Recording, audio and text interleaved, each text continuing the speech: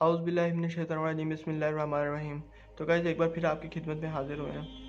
तो आज हम लोग डिस्कस करेंगे कि हम लोग की डायनामिक्स क्या होनी चाहिए जब हम लोग कलम के साथ लिख रहे हों। मीन्स डैट के बाज़ औक़ात इस तरह होता है कि ना आप लिख तो लेते हैं कलम के साथ, लेकिन ना आपका काम जो होता है वो साफ़ नहीं होता। वो किन बेसिस पे साफ़ नहीं होता? क्योंकि उसके अंदर किसी जगह के ऊपर इंक का स्पॉट बहुत ज़्यादा होता है, किसी जगह पे इंक का स्पॉट बहुत कम होता है। और बाकी एक मैं आपको बात बताता चलूँ। आपने कुछ आपको ये भी कन्फ्यूजन थी कि अपना पेपर के हवाला से, तो पेपर के हवाला से मैंने एक वीडियो बनाई थी, पिछली वीडियोस को देखें, इंशाल्लाह उसके अंदर आपको वीडियो मिल जाएगी। तो अब उसके अंदर क्या है जी कि आप पहले तो अगर आपके पास वसाइल नहीं हैं, आप नहीं अफोर्ड कर सकते, तो आप सादा जो शीट है ना, बल्कि मैं तो कहूँगा कि आप सादा जो पेपर वाली शीट है ना, आप उसी को यूज़ करें। और इंक जो थी ना, ये हम लोगों की जो लोकल अवेलेबल होती हैं, डॉलर की हो गई या पियानो की हो गई, इन्हीं को हम लोगों ने यूज़ करना है और इन्हीं की कम्बिनेशंस बना के हम लोगों ने इसको यूज़ करना है, ताकि माइंड भी हमारा बोर आउट ना हो। ठीक है। तो अब डायनामिक्स की बात करना, डायनामिक्स के अंदर हम लोगों ने इंक को रनिंग के अंदर रखना था।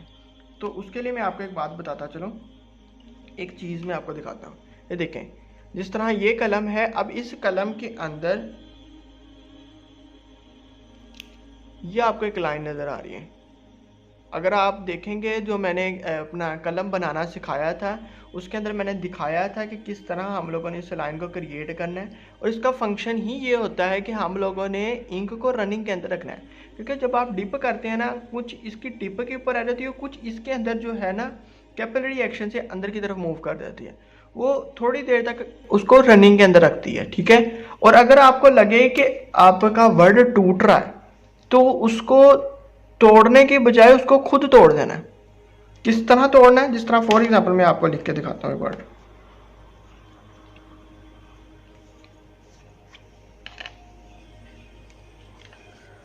इस तरह फॉर एग्जांपल अभी मैं यहां पर लिखता हूँ बा।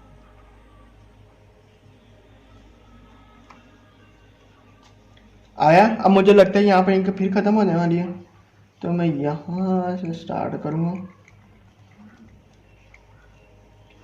यहां पर रोकूंगा।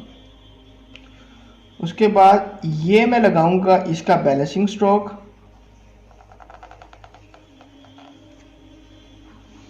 और उसके बाद ये इसकी इंतहा।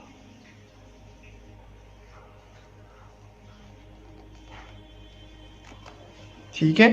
अब देखें, यहां पर मैंने खुद इसको ब्रेक किया है जगह जगह पे।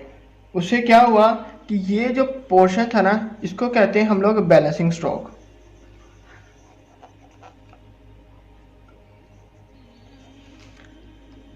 इस पोर्शन को कहते हैं हम लोग इब्तिदा, और इस पोर्शन को हम लोग कहते हैं इंतहा। इंतहा का वर्ड बेसिकली एंड के लिए यूज होता है, इब्तिदा का स्टार्ट के लिए यूज होता है, बैलेंसिंग बैलेंसिंग होता है। ठीक है। मतलब जो एक मीडियम पॉइंट होता है, जो एक बैलेंस प्रोवाइड करता है किसी भी वर्ड को। ठीक है। तो अब आपने क्या ख्याल रखना है कि जी हर वर्ड के अंदर एक बैलेंसिंग पॉइंट होता है, आपने उस बैलेंसिंग पॉइंट को नहीं तोड़ना। अगर आपने बैलेंसिंग पॉइंट को तोड़ा, आपकी ऑटोमेटिकली जो कैलीग्राफी है ना, वो उसके अंदर निखार नहीं आएगा। ठीक है। तो आपने अब क्या करना है कि ये आपको वर्ड समझ लगी कि आपने इसको तोड़ देना है। इस वर्ड के 3 हिस्से कर लेना है और 3 हिस्सों के अंदर इसको लिख देना है। ठीक है। बाजू का था आपको मॉडर्न कैलीग्राफी के अंदर या जो अपना स्टेंसिल्स वगैरह अवेलेबल मिलते हैं इस तरह के फॉर्म के अंदर, तो वो बेसिकली उसकी वजह ये होती है कि ये कैलीग्राफी की बेसिक चीज़ है कि कैलीग्राफी के हर हरूफ के 3 हिस्से हैं, इब्तिदा, इंतहा और बैलेंसिंग स्ट्रोक। ठीक है। तो आपने इसको इसी पॉइंट ऑफ व्यू के अंदर स्टार्टिंग में लिखना है, जब आपने इंडिविजुअल लेटर की प्रैक्टिस करनी है। जिस तरह आपकी प्रैक्टिस बेहतर होती जाएगी, फिर आप डायरेक्ट भी उसको लिख सकते हैं, आप उसको डायरेक्ट लिखें। ठीक है। अब दूसरी बात ये कि जो मैं इसकी प्रैक्टिस की बात कर रहा था, प्रैक्टिस आपने क्या करनी है, जिस तरह फॉर एग्जांपल ये देखें, अब ये था, इसको मैं बिल्कुल 45 डिग्री के एंगल पे रखूंगा।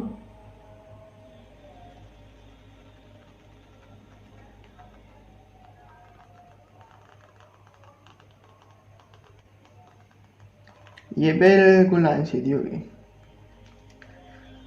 ठीक है। अब ये देखें, ये मेरा एक स्ट्रोक जा रहा है और बिल्कुल मतलब ये यहाँ पर ये जो चीज़ है ना, ये आपको रोटेशन सिखाएगी। ये जो चीज़ है ये आपको सिखाएगी कि आपने इंतहा वाला पोर्शन जो है ना उसको किस तरह स्ट्रोक करना है। ये जो सिखाएगी आपको रोटेशन सिखाएगी, आपने रोटेट किस तरह करना है वर्ड को।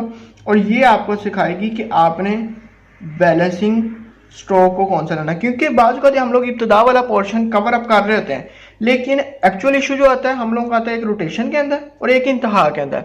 इंतहा में क्यों आता है? इंतहा में इसलिए आता है कि हम लोगों की जो होती है अपना एंडिंग वो प्रॉपर नहीं होती, सेफ नहीं होती जी। तो अब इसकी लैंडिंग सेफ ना होने की वजह से क्या होगा कि हमारे पास जो है ना उसकी एक जो इंतहा की एक टिप बननी थी, इंतहा की एक खूबसूरती बनी थी, वो खूबसूरती नहीं आएगी। और जब तक वो खूबसूरती नहीं आएगी तब तक कैलीग्राफी की सफाई नज़र नहीं आएगी। ठीक हो गया। तो अब उसके बाद मैं आपको एक चीज़ अभी देखें, अब यहाँ पर मेरी एंडिंग थी, अब बिल्कुल इसके स्टार्ट के अंदर ही मैंने यहाँ पर कलम प्रेस किया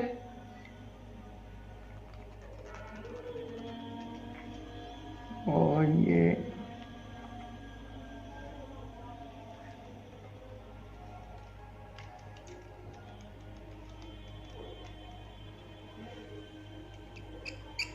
देखें रोटेशन भी कवर हो रही है, आपकी बैलेंसिंग स्ट्रोक की प्रैक्टिस भी हो रही है, आपकी इंतहा की प्रैक्टिस भी हो रही है। तो आपने एक पेपर लेना है, उस पूरे पेपर के ऊपर आपने इसकी प्रैक्टिस ही इस तरह करनी है ताकि आपके हाथ के अंदर कलम की एक रवानगी पैदा हो जाए। और जब भी आपकी रवानगी पैदा होगी तब आपकी अपना ऑटोमेटिकली जो है ना उसकी खूबसूरती आ जाएगी। तो आपने बस ज़रा इनका ख्याल रखना है, तो इंशाल्लाह आपकी जो कैलीग्राफी है वो भी बहुत ही खूबसूरत नज़र आएगी। तब तक के लिए अल्लाह हाफिज़। इंशाल्लाह अब हम लोग ख़त सुलस का आगाज़ करने वाले हैं। ख़त सुलस को हम लोग आगाज़ करेंगे अगले लेक्चर के अंदर और अपना प्रैक्टिस करते रहेगा।